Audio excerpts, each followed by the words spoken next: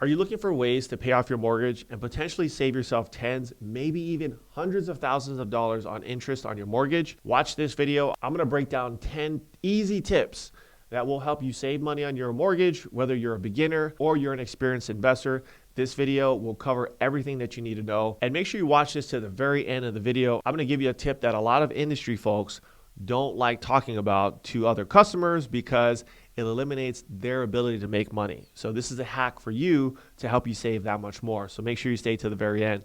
But our number one tip that we're going to start with is making bi-weekly payments.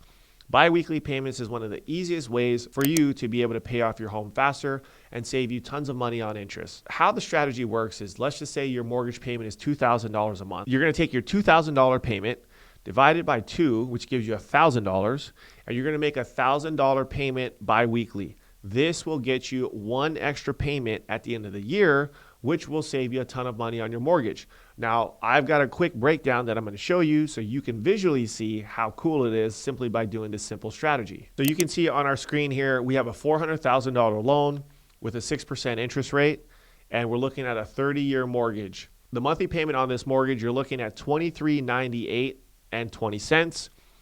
The total interest, if you were to take this out a full 30 years, never refinance, and not even make a single extra payment towards your mortgage, you would end up paying $463,000 in interest.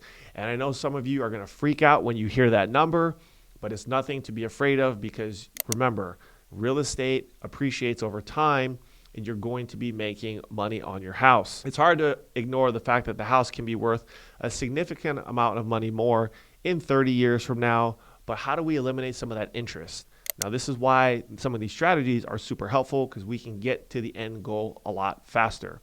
Now, if you were to implement the bi-weekly strategy payment, with this scenario we have, you'd be making a payment of $11.99 a month, or almost $1,200. In my opinion, I would just round up to $1,200 and make that payment. But you can see by simply making the bi-weekly payment, our total interest, again, over the 30-year life of the loan, is now $360,000.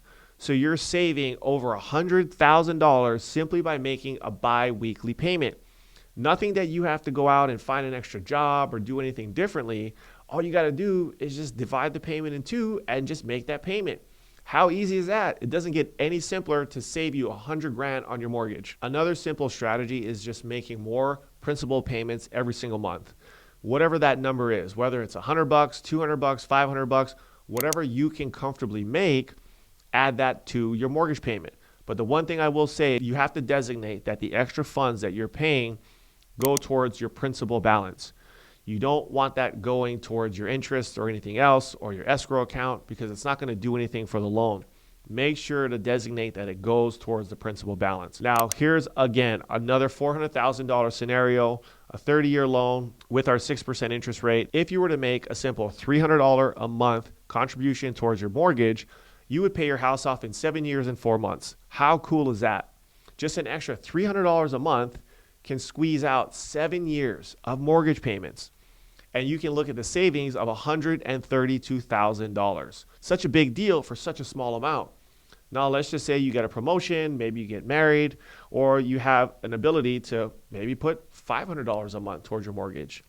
That shaves off 10 years. So now you went from a 30-year loan to a 20-year mortgage. And look at that savings, $182,000. Such a huge game changer for so many of us. That's how you get ahead with owning property, by being able to pay things off faster, whether it's an investment property or the house that you're living in. Our next strategy is to get rid of your mortgage insurance.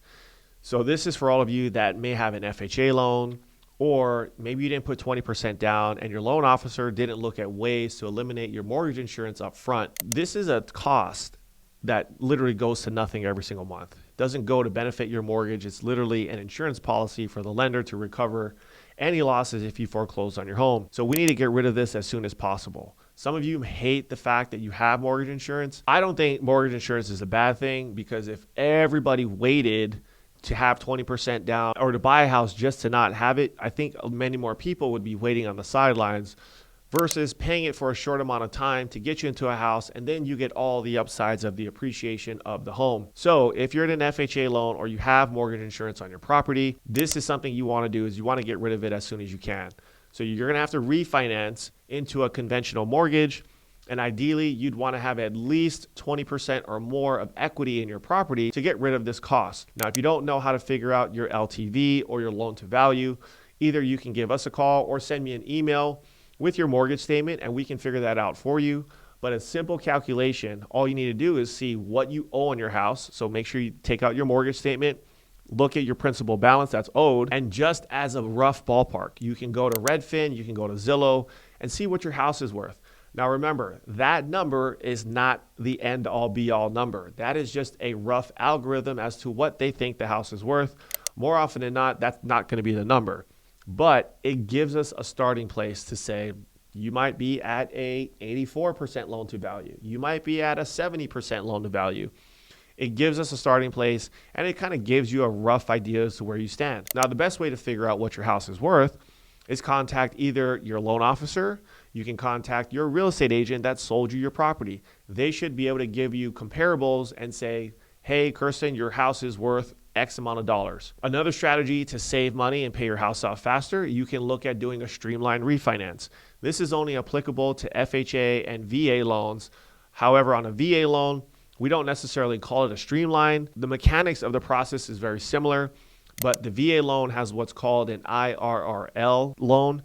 That's essentially the same thing, where it's a limited documented type of refinance. We don't necessarily need an appraisal to get these done. We can do them a lot faster. They're a lot more cost efficient. However, on an FHA loan, you are not removing your mortgage insurance. All you're doing is lowering your interest rate. So this helps in the sense of getting you a lower rate. However, in the environment that we're in today, this strategy may not be the best strategy or may not even be applicable because it all depends on what your current interest rate is. Now, most of you, I'm hoping, refinance in the last couple of years where you now have maybe a 2 or 3, maybe even a 4% interest rate. So this strategy may not work today. However, if you did not refi and your rate is significantly higher, this may be an option today, but make sure you check with your loan officer to see if you qualify and if this makes the most sense. I would say it's probably not because you want to get into a conventional loan, but it's always worth checking into. Now, this next strategy is a very simple strategy, and all you're doing is you're rounding up. Whether you round up to the next dollar, you round up to the next $5, $10, $100, whatever that is, you're just rounding it up to then make the payment. For example, let's say your mortgage payment is $1,245 a month. You could say, I'm going to pay $1,246, I could pay $1,250, or I could pay an extra $100 a month on the payment. This is something that I've been doing personally, and it does shave off interest of your loan, kind of like what I showed you a few steps ago with adding more money and making a lump sum. But this is more of a game that you could kind of play with yourself as well, whether you add another $1, $5, $10, you can increase it every single month. Maybe next month you pay $1, then you pay $2, then $3. You can make it fun while you're making these payments. And again, don't get caught up so much in the today of what it's going to do. Think about the long term. What will it do for your mortgage in the next 5 years, 10 years that you're in this house? So that way, again, you're paying down your principal balance and you're essentially getting to pay the house off that much faster. Number 7, you can take your tax refund, if you get one, and apply that towards your mortgage. So many of us love to spend money during the holidays, and I know we're coming up on that time frame again.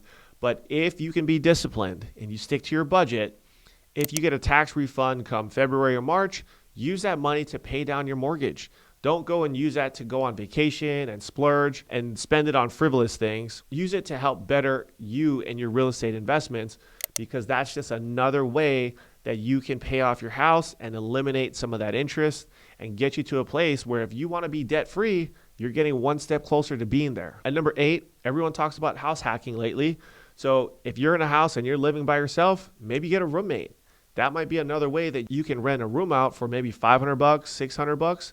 Take that extra funds and apply that towards your mortgage. That is an easy way to pay your house off, and you don't have to worry about coming out of pocket with your own money to do so. And I think with the inflation that we've been seeing lately, this is a great strategy to offset some of those bills, so that way you can also win, but you're also helping a friend by them living in your home, and they don't have to worry about the rising cost of rents as well. Our next tip, you can look at refinancing. Now, when you look at a refinance, you can actually refinance instead of into a 30-year mortgage. Ask your lender to show you maybe even a 25, 20, or a 15-year loan. There's a lot of other options that are out there, and it's not just based on a 30-year rate. This is why I always share with you that it's not always about the lowest rate. Yes, if you call an online lender or someone that's new to the business, they may just quote you a 30-year interest rate instead of asking you, what are the goals with your mortgage? What if you lived in your house for 18 years? Did you know that the bulk of your monthly payment is now going towards your principal balance? Why would you want to refinance to a 30-year loan and start paying all that interest all over again? Once you cross over that halfway mark in your mortgage, every single month when you make your payment, the bulk of that payment is going towards your principal balance. When you think about what you started off on year 30 and started making your mortgage payments, the bulk of that payment went towards interest. So in a case like that, let's say you were in your house for 18 years. I wouldn't personally look at a 30-year mortgage. I would look at maybe a 15-year, maybe even a 10-year mortgage, to where we can shave off time on your mortgage. You could still refinance to a lower rate and get the house paid off that much faster. So refinancing is not a one-size-fits-all. And I think that's a mistake that many of you make when you think about refinancing. You make the mistake of simply looking for the lowest rate. The lowest rate doesn't always work because, again, in this scenario, the lowest rate at a 30-year mortgage, in my opinion, would be a bad decision.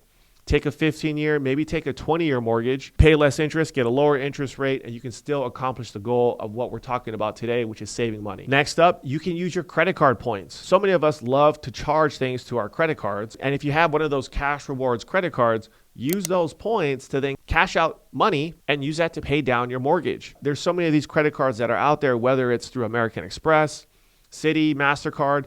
They have these cashback awards, whether you use them at your grocery store, for your gas, or maybe dining out.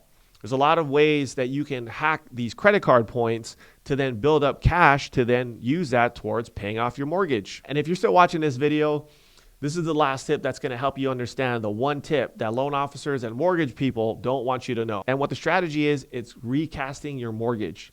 What you want to do is call your servicer, the person that you're making your mortgage payments to, and ask them what is the minimum amount that's needed to do a mortgage recast. And the cool thing about this strategy is that you don't have to refinance your loan 30 years. You keep your loan exactly where it is today. And let's just say you have $50,000. You're going to pay that down towards the principal balance, and then they're going to reassess your payment, keeping your current interest rate. This is an amazing way to lower your principal balance, save you money on your monthly payment, and you don't have to pay thousands of dollars on a refinance. This is something a lot of loan officers don't talk about because it eliminates their ability to make money off your refi. So if you've got some money laying around, this might be an option for you to look at. If not, pick any one of these 9 ways that I just shared with you to save money on your mortgage. Share this video with one of your homeowner friends, and let's save money together and get our mortgage right. So I'll see you in the next video.